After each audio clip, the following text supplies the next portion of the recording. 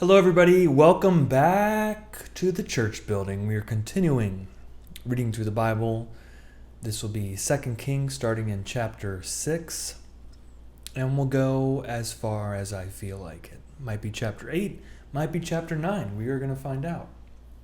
I was feeling a little tired tonight. Wasn't sure if I was going to dive into the Bible, put it off until I felt more energized.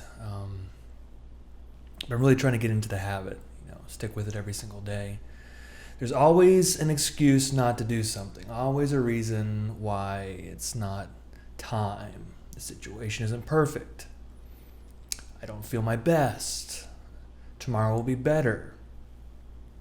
I heard a quote today. I was watching a video about this guy who does a lot of sailing, and he got a lot of negative feedback because he wasn't, his boat wasn't perfect before he set sail. And he said, look, you're right, things weren't perfect, but if you wait for everything on the boat to be perfectly, completely ready, you'll never leave the shore. And I thought that was good advice. I think a lot of times we just wait until a more convenient day to start something, and we never do. If we always wait for the perfect scenario before we start something, we'll never start. So, that being said, chapter 6. I do have my orange juice ready. Little throat lubrication as we proceed. I don't know if it's the best choice. It's a little sour. Chapter 6. Now the company of prophets said to Elisha, as you see, the place where we live under your charge is too small for us. Let us go to the Jordan, and let us collect logs there, one for each of us, and build a place for us to live. He answered, do so. Then one of them said, please come with your servants. And he answered, I will. So he went with them.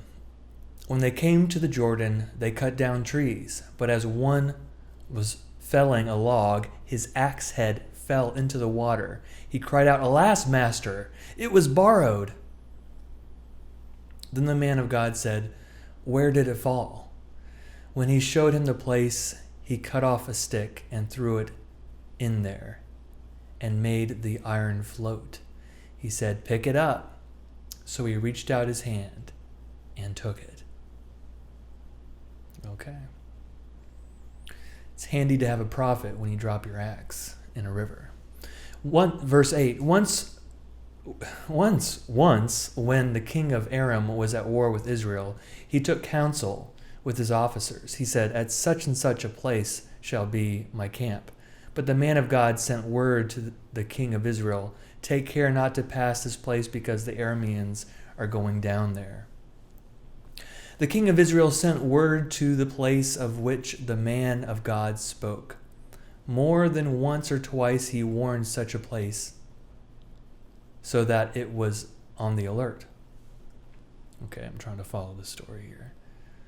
Verse 11. The mind of the king of Aram was greatly perturbed because of this. He called his officers and said to them, now tell me, who among us sides with the king of Israel?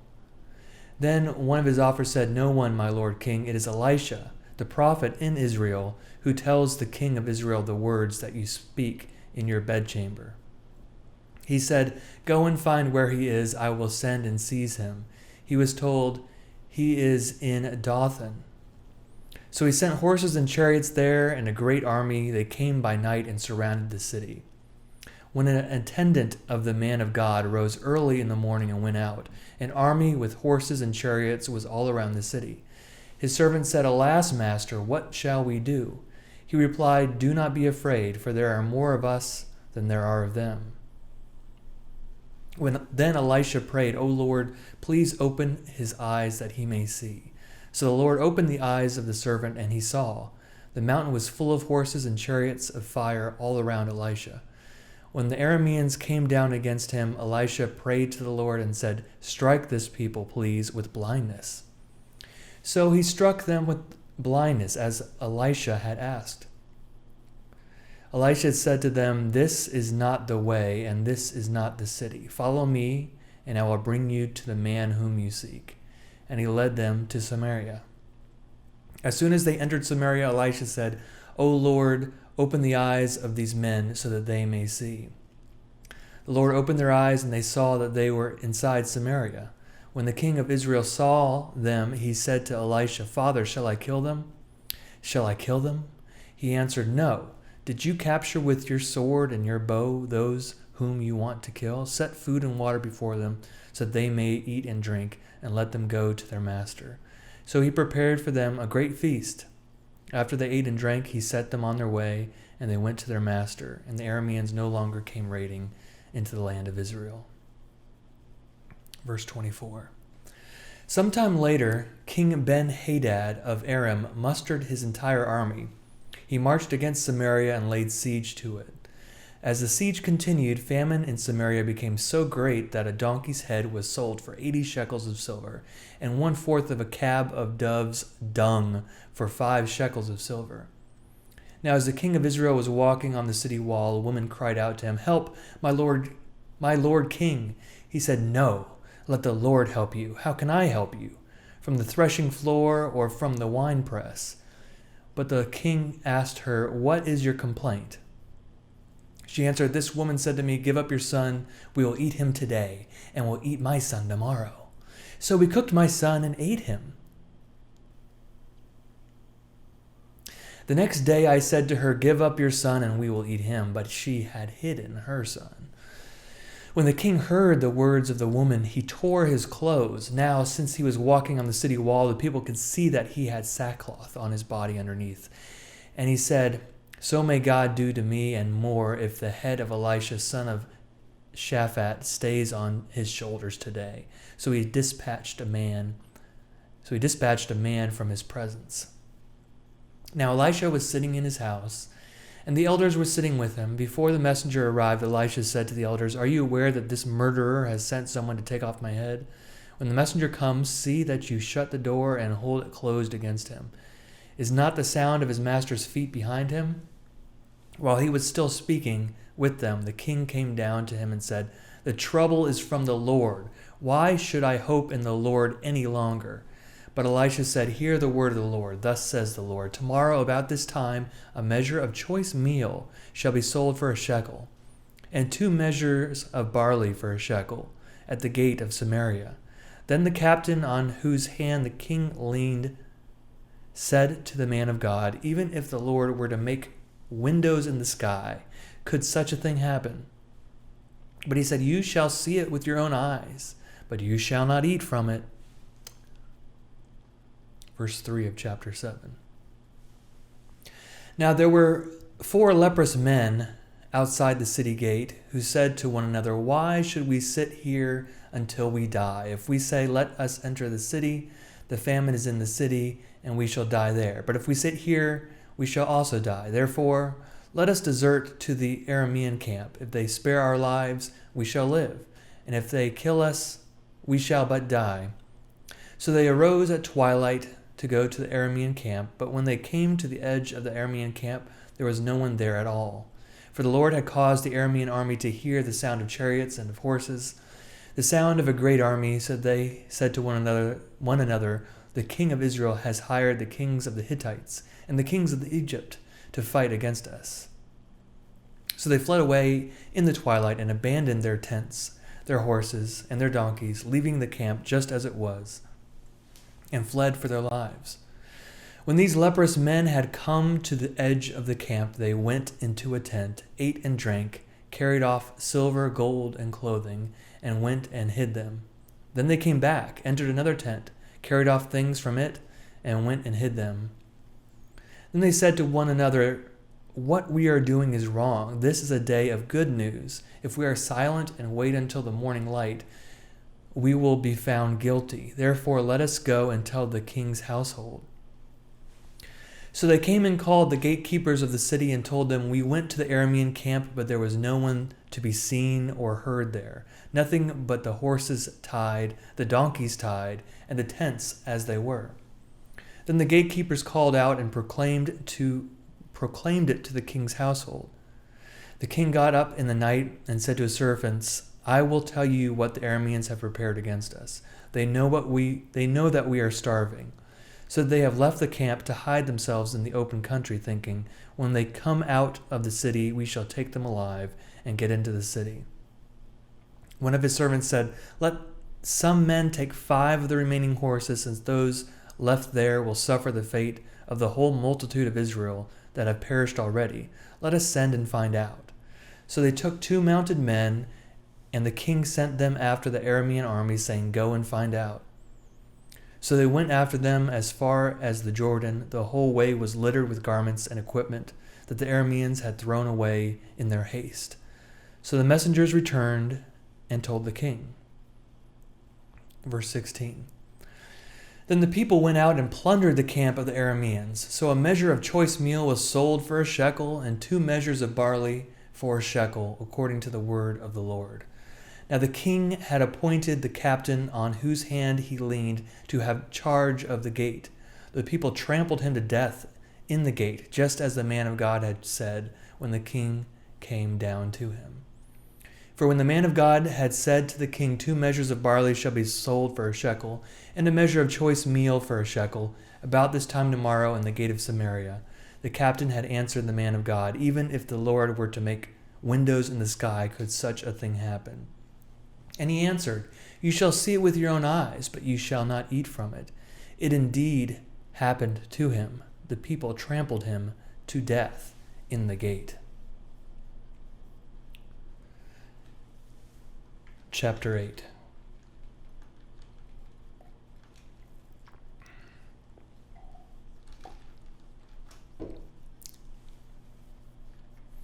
Now Elisha had said to the woman whose son he had restored to life. Okay, this is from the earlier chapter, I think. Get up and go with your household and settle wherever you can, for the Lord has called for a famine, and it will come on the land for 7 years. So the woman got up and did according to the word of the man of God. She went with her household and settled in the land of the Philistines 7 years. At the end of 7 years, when the woman returned from the land of the Philistines, she set out to appeal to the king for her house and her land. Now the king was talking with Gehazi, the servant of the man of God, saying, Tell me all the great things that Elisha has done. While he was telling the king how Elisha had restored a dead person to life, the woman whose son he had restored to life appealed to the king for her house and her land. Gehazi said, My lord king, here is the woman, and here is her son, whom Elisha restored to life. When the king questioned the woman, she told him. So the king appointed an official for her, saying, Restore all that was hers, together with all the revenue of the fields from the day that she left the land until now. Verse 7. Elisha went to Damascus while King Ben-Hadad of Aram was ill. When it was told him, The man of God has come here, the king said to Hazael, Take a present with you and go to meet the man of God. Inquire of the Lord through him whether I shall recover from this illness. So Hazael went to meet him, taking a present with him, all kinds of goods from Damascus, 40 camel loads. When he entered and stood before him, he said, Your son, King Ben-Hadad of Aram, has sent me to you, saying, Shall I recover from this illness? Elisha said to him, Go, say to him, You shall certainly recover. But the Lord has shown me that he shall certainly die. Wait, so is he going to lie to him? Elisha said to him, Go, say to him, You shall certainly recover, but the Lord has shown me that he shall certainly die. He fixed his gaze and stared at him until he was ashamed. Then the man of God wept. Hazael asked, Why does my Lord weep? He answered, Because I know the evil that you will do to the people of Israel. You will set their fortresses on fire. You will kill their young men with the sword, dash in little pieces their little ones, and rip up their pregnant women. Hazael said, What is your servant who is a mere dog, that he should do this great thing? Elisha answered, The Lord has shown me that you are to be king over Aram. Then he left Elisha and went to his master Ben-Hadad, who said to him, What did Elisha say to you? And he answered, "He told me that you would certainly recover." But the next day he took the bed cover and dipped it in water and spread it over the king's face until he died. But the next day he took the bed cover and dipped it in water and spread it over the king's face until he died. And Hazael succeeded him.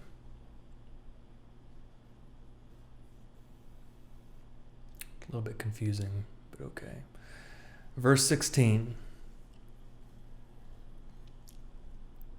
In the 5th year of King Joram, son of Ahab of Israel, Jehoram, son of King Jehoshaphat of Judah, began to reign. He was 32 years old when he became king and reigned 8 years in Jerusalem. He walked in the way of the kings of Israel as the house of Ahab had done, for the daughter of Ahab was his wife.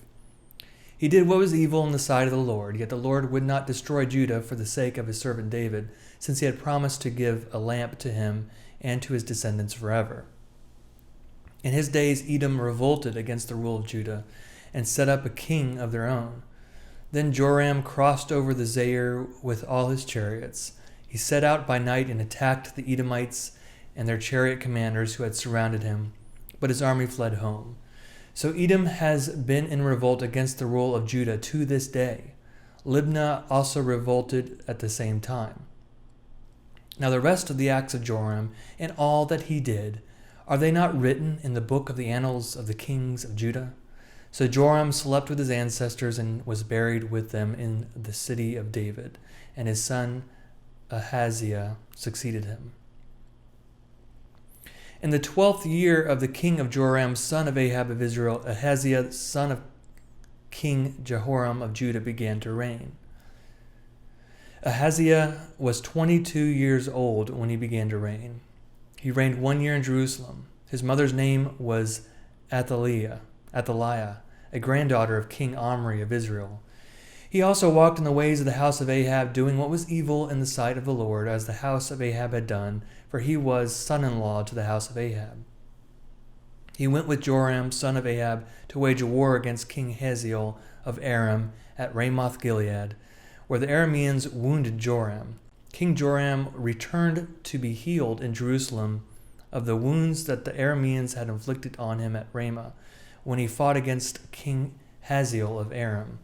King Ahaziah, son of Jehoram of Judah, went down to see Joram, son of Ahab, in Jezreel, because he was wounded.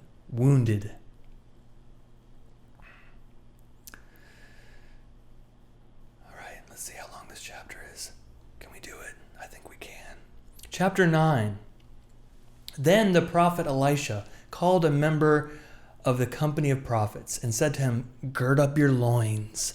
Take this flask of oil in your hand and go to Ramoth Gilead. When you arrive, look there for Jehu, son of Jehoshaphat, son of Nimshi. Go in and get him to leave his companions and take him into an inner chamber. Then take the flask of oil, pour it on his head and say, 'Thus says the Lord, I anoint you king over Israel.'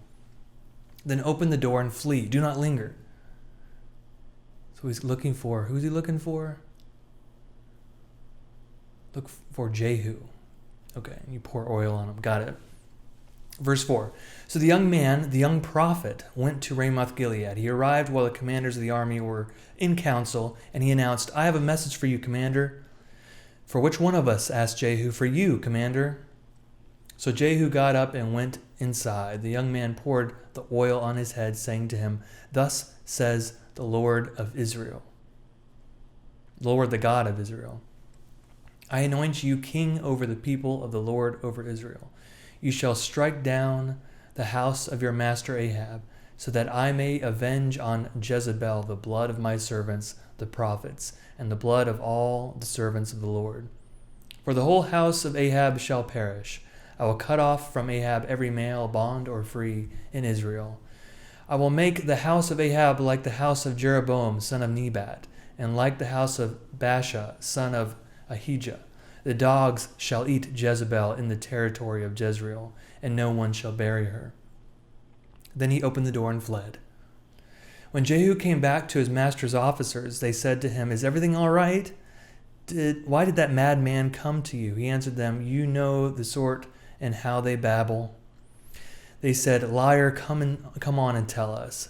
So he said, "This is just what he said to me. Thus says the Lord, I anoint you king over Israel." Then hurriedly they all took their cloaks and spread them for him on the bare steps. And they blew the trumpet and proclaimed, "Jehu is king." Verse 14, thus Jehu, son of Jehoshaphat, son of Nimshi, conspired against Joram. Joram with all Israel had been on guard at Ramoth Gilead against King Hazael of Aram. But King Joram had returned to be healed in Jezreel of the wounds that the Arameans had inflicted on him when he fought against King Hazael of Aram. So Jehu said, "If this is your wish, then let no one slip out of the city to go tell the news in Jezreel." Then Jehu mounted his chariot and went to Jezreel, where Joram was lying ill. King Ahaziah of Judah had come down to visit Joram.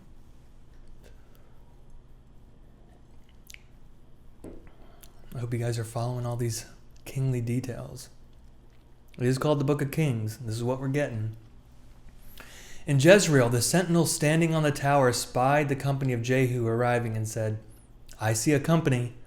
Joram said, "Take a horseman, send him to meet them, and let him say, 'Is it peace?'"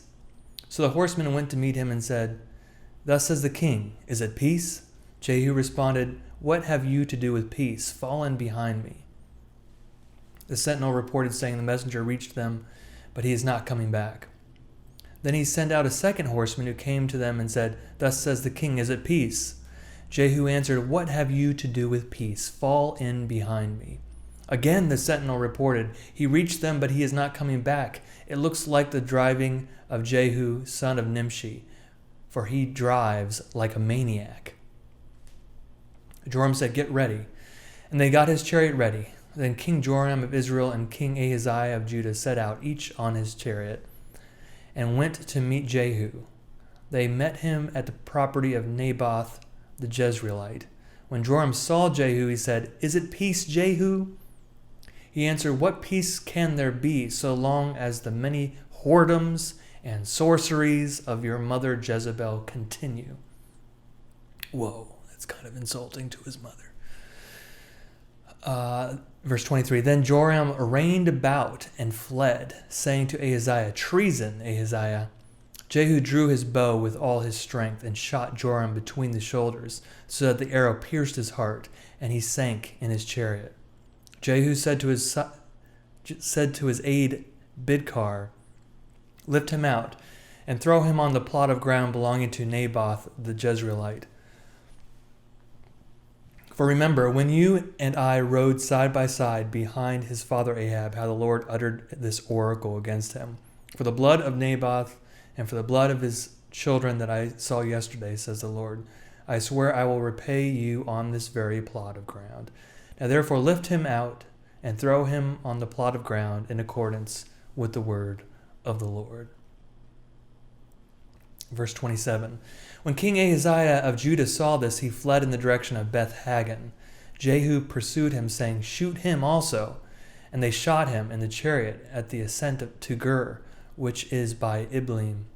Then he fled to Megiddo and died there. His officers carried him in a chariot to Jerusalem and buried him in his tomb with his ancestors in the city of David. In the 11th year of Joram, son of Ahab, Ahaziah began to reign over Judah. When Jehu came to Jezreel, Jezebel heard of it. She painted her eyes and adorned her head and looked out of the window. As Jehu entered the gate, she said, "Is it peace, Zimri, murderer of your master?" He looked up to the window and said, "Who is on my side? Who?" 2 or 3 eunuchs looked out at him. He said, "Throw her down." So they threw her down. Some of her blood spattered on the wall and on the horses, which trampled her. Then he went in and ate and drank. He said, "See to that cursed woman and bury her, for she is a king's daughter." But when they went to bury her, they found no more of her than the skull and the feet and the palms of her hands. When they came back and told him, he said, "This is the word of the Lord which they spoke by the servant Elijah the Tishbite. In the territory of Jezreel the dogs shall eat the flesh of Jezebel. The corpse of Jezebel shall be like dung on the field in the territory of Jezreel, so that no one can say, 'This is Jezebel.'" Well, that is a most unpleasant ending to her life, and not a story you typically would hear in Sunday school. There are certainly no songs about this. Thank you so much for joining me today. A bit of a long read, but we have to continue on. We have to push through, because we're getting ever closer to that back cover. We started at the front cover, we're going to the back cover, cover to cover. See you next time. Have a great day, have a great evening, have a great life.